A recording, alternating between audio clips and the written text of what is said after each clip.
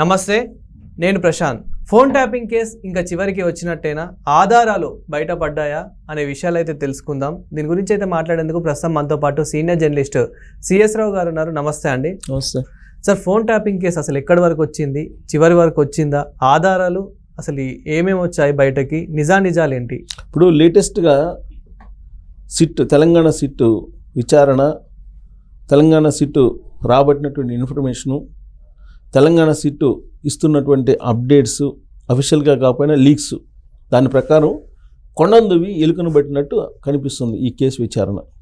కారణం ఏంటంటే 2023 నవంబర్ 15వ తారీఖు నుంచి 30వ తారీఖు వరకు ఈ 15 రోజుల పాటు చేసినటువంటి ట్యాపింగ్ మాత్రమే ఆన్ రికార్డ్ ఉన్నాయి అని చెప్తున్నారు. అంటే మిగతా అంతా కాలిపోయింది, మూసీ నదిలో కలిసిపోయింది. అంటే ఈ కేసుని కోర్టులో నిలబెట్టే అవకాశం లేదు సిట్టు. అంటే ఇప్పటివరకు జరిగిన విచారణను బట్టి చూస్తుంటే.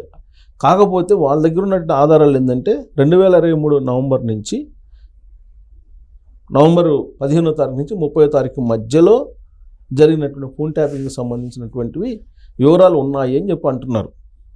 సో ఆ 15 రోజులు సంబంధించే దాదాపుగా 618 మంది పొలిటీషియన్స్ ఫోన్ ట్యాపింగు, మరో 700 మందివి సెలబ్రిటీస్ కానీ పారిశ్రామికవేత్తలు కానీ, ఇంకొక 600 మందివి ఈ రకరకాల పౌరులవి, జడ్జిస్వి, ఇవన్నీ మొత్తం వెరసి దాదాపు కొన్ని వేల ఫోన్లను ట్యాప్ చేశారు ఆ 15 రోజుల్లోనే అని చెప్పి దానికి సంబంధించిన కొన్ని డాక్యుమెంట్స్ని ప్రొడ్యూస్ చేయడానికి కోర్టులో ఆధారాలు ఉన్నాయని చెప్పి తెలుస్తుంది. అంటే ఈ 15 రోజులకు సంబంధించినటువంటి వాటికి డాక్యుమెంట్స్ కానీ లేదంటే డేటా కానీ ఉంది, మిగతా డేటా లేదు. యాక్చువల్గా ఫోన్ ట్యాపింగ్ అనేది ఎప్పటి నుంచి వచ్చింది? 2016 నుంచి వినిపిస్తుంది. అంతకుముందు వినిపించినప్పటికీ 2016లో చంద్రబాబు నాయుడు గారి ఫోన్ ట్యాపింగ్ చేశారనేది కేసు నమోదైంది. అప్పట్లో ఆంధ్రప్రదేశ్ ప్రభుత్వం తెలంగాణ ప్రభుత్వం మీద కేసు నమోదు చేసింది. ఆ రోజు నుంచి ఫోన్ ట్యాపింగ్కి సంబంధించినటువంటి వ్యవహారం నడుస్తుంది. 2018 ఎన్నికల్లో పూర్తిగా ఫోన్ ట్యాపింగ్ చేయడం ద్వారానే ఎన్నికల ప్రక్రియను నిర్వహించింది బీఆర్ఎస్ పార్టీ. ఇది కాంగ్రెస్ పార్టీ వాళ్ళు చెప్తున్నారు, బీజేపీ వాళ్ళు చెప్తున్నారు.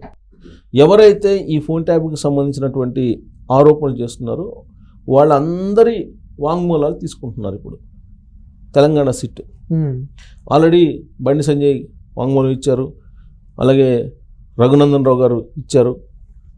ఇలా అనేక మంది పొలిటీషియన్స్, ఇప్పుడు కాంగ్రెస్ పార్టీ వాళ్ళు అనేక మంది, బీజేపీ వాళ్ళు ఎవరైతే ఆరోపణలు చేశారో వాళ్ళందరి వాంగ్మూలాలు తీసుకుంటున్నారు.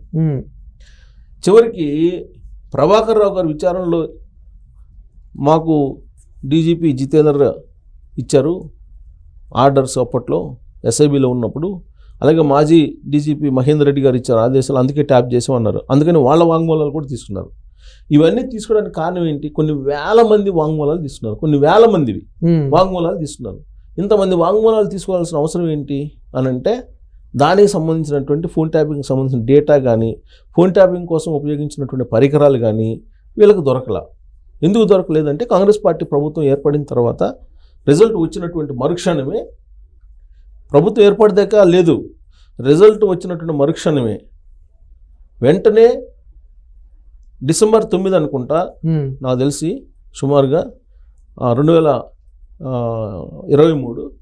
సో ఆ రిజల్ట్ వచ్చినటువంటి మరుక్షణమే 2023 డిసెంబర్ 9కి ముందే రిజల్ట్ వచ్చినటువంటి మరుక్షణమే ఆ ప్రమాణ స్వీకారానికను ఈ రిజల్ట్కి మధ్య ఒక 4-5 రోజులు గ్యాప్ ఉంది. ఈ 4-5 రోజుల్లోనే మూసీ నదిలో హార్డ్ డిస్క్లు, పెన్ డ్రైవ్లు కాల్చేయటం, తర్వాత సిస్టమ్స్ని మొత్తం లేకుండా పంపించేయటం వేరే ప్రాంతాలకి, తర్వాత ఫైల్స్ తగలబెట్టడం, ఇవన్నీ చేశారు. సార్, ఫైనల్ ఇప్పుడు ఈ 15 రోజుల డాటా ఏదైతే ఉందో ఇందులో ఎవరెవరి ఫోన్ ట్యాపింగ్ చేశారు, వాళ్ళు ఏమేమి మాట్లాడుకున్నారు, ఏమేమి ట్యాపింగ్ చేశారు, ప్రతి ఒక్కటి ఆ వివరాలన్నీ బయటపడే అవకాశం ఏమైనా ఉందా? ఆ 15 రోజులు అయితే ఉందని చెప్పి సిట్ పోలీసులు చెప్తూ ఉన్నారు. అంటే అఫీషియల్గా అనౌన్స్ అయిపోయినప్పటికీ కూడా ఈ 15 రోజుల డేటా మాత్రమే ఉంది ఆన్ డాక్యుమెంట్. అంతకు ముందుది ధ్వంసం చేశారు అని అంటున్నారు. మరి ఈ ధ్వంసం చేసినటువంటి వాళ్ళు ఎవరెవరు? ప్రణీత్ రావు, భుజంగరావు వీళ్ళు ఉన్నారు. ఎందుకు ధ్వంసం చేశారు అని అంటే ప్రభాకర్ రావు గారు ధ్వంసం చేయమన్నారు, మేము చేసామని చెప్పి వాళ్ళు వాంగ్మూలాలు చెప్పారు. మరి ఈ వాంగ్మూలాన్ని బేస్ చేసుకుని ప్రభాకర్ రావు గారిని శిక్షించే అవకాశం ఉంది, క్రిమినల్ కేసు పెట్టే అవకాశం ఉంది. ఇప్పుడు ఏంటి, ఫోన్ ట్యాపింగ్కి సంబంధించి ఇండియన్ టెలిగ్రాఫిక్ యాక్ట్ ఏదైతే ఉందో దాన్ని బట్టి వీళ్ళకి శిక్ష వేస్తారు. ఈ ఇండియన్ టెలిగ్రాఫిక్ యాక్ట్ ప్రకారం చాలా పెద్ద శిక్షలు పడే అవకాశం, జీవితకాల శిక్షలు పడేటువంటి అవకాశం ఉందని చెప్పి న్యాయ నిపుణులు చెప్తూ ఉన్నారు. సరే, అది వీళ్ళకి వర్తింప చేస్తారా అని అంటే, దాన్ని వర్తింప చేయాలి అని అంటే ఆధారాలు కావాలి. ఈ ఆధారాలు ఎక్కడున్నాయంటే లేవు.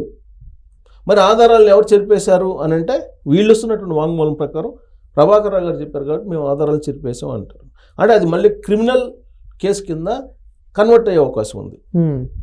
ఫోన్ ట్యాపింగ్ అనేది రాజద్రోహం కింద వస్తుంది. మళ్ళీ దాని డేటాని దొంగిలించడం, డేటాని ధ్వంసం చేయడం అనేది మళ్ళీ క్రిమినల్ యాంగిల్లో వస్తుంది. ఇది న్యాయవాదులు చెప్పేటువంటి మాట. ఇప్పుడు దేశద్రోహం కింద వస్తే కనుక అది ఇంకా పెద్ద కేసు అవుతుంది, పెద్ద సెక్షన్స్ పెట్టే అవకాశం ఉంది, బలమైనటువంటి సెక్షన్స్ పెట్టేటువంటి అవకాశం ఉంది. ఆ ఇండియన్ టెలిగ్రాఫిక్ యాక్ట్ ప్రకారం వాళ్ళని శిక్షించడానికి అవకాశం ఉంది. కానీ ఎవిడెన్స్ అడుగుతుంది కదా కోర్టు. ఎవిడెన్స్ ఏం చూపిస్తారు? డేటా లేదు, ఆన్ పేపర్ లేదు, మరి ఏం చూపిస్తారు కోర్టుకి? కోర్టులో శిక్ష పడాలంటే నాకు ఆధారం కావాలంటుంది కోర్టు. ఈ అభియోగాలు ఏదైతే ఉన్నాయో వీటిని అభియోగాల కిందే చూస్తూ ఉంటుంది. ఇప్పుడు వీళ్ళందరూ చాలా మంది అభియోగాలు మోపుతున్నారు కదా, వాళ్ళు వాంగ్మూలాలు ఇస్తున్నారు. వాళ్ళందరూ ఏం చెప్తున్నారు? ఆ రోజున ప్రగతి భవన్ నుంచి వచ్చినటువంటి ఆర్డర్స్ ప్రకారమే మేము చేసామని చెప్తున్నారు. కానీ ఆ ప్రతివాది ఏమని చెప్తారు? ఇదంతా కుట్ర అని చెప్తాడు, రాజకీయ కుట్ర అని చెప్తారు. వాడు కోర్టు ఎలా డెసిషన్ తీసుకోవాలి ఆధారం లేకుండా? వాళ్ళ వాంగ్మూలాలను ఎంతవరకు నమ్మొచ్చు? కాబట్టి ఈ కేసు బలహీనంగా ఉండే అవకాశం ఉంది. ఈ 15 రోజుల డేటా తప్ప మరి ఈ 15 రోజులు ఎవరెవరు చేశారు? ఆల్రెడీ జడ్జిలకు సంబంధించిన 11 మంది జడ్జిలకు సంబంధించిన ఫోన్ ట్యాప్ చేశారని చెప్పి ఆరోపణలు ఉన్నాయి. మరి ఆ 11 మంది జడ్జిలకు సంబంధించినటువంటి ఫోన్ ట్యాపింగ్ జరిగిందని చెప్పి ఆధారాలు ఉన్నాయని అంటే డౌటే. కేవలం పొలిటికల్ లీడర్లకు సంబంధించినటువంటి ఫోన్ ట్యాపింగ్ సంబంధించిన ఆధారాలే ఆ 15 రోజుల పాటు ఉన్నాయంటున్నారు.